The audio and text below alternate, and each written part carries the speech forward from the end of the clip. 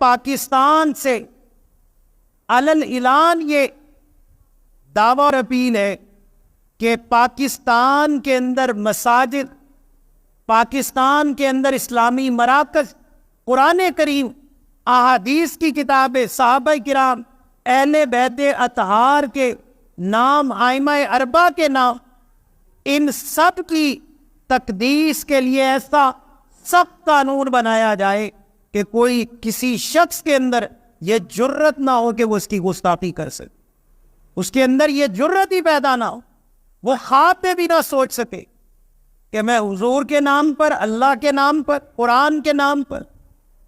صحابہ کرام، اہل بیت اطہار یا بزرگان دین کے نام پر کوئی بھی گستاخی کر سکوں۔ یہ قانون ملک میں ہونا چاہیے۔ یہ قانون کا حکم ہے کہ گستاخی کرنے والا گستاخی کرتا ہے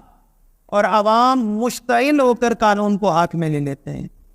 یہ ہمارے قانون کے اندر جو خامیاں ہیں اس کو دور کیا جائے،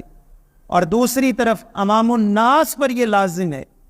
کہ اگر خدا نہ خواستہ ایسا کوئی معاملہ ہو، اس کی مکمل تصدیق کر کے ریاست کو مطلع کیا ہے، پھر وہ گناہ گار ہے، وہ مجرم، اگر وہ اس کے اوپر عمل نہیں کرے۔ لیکن یہ نہیں کہ ہر بندہ منصف بن جائے، ہر بندہ اپنے ہاتھ میں انصاف کا تھوڑا لے کر بیٹھ جائے، یہ کبھی ممکن نہیں ہو سکتا۔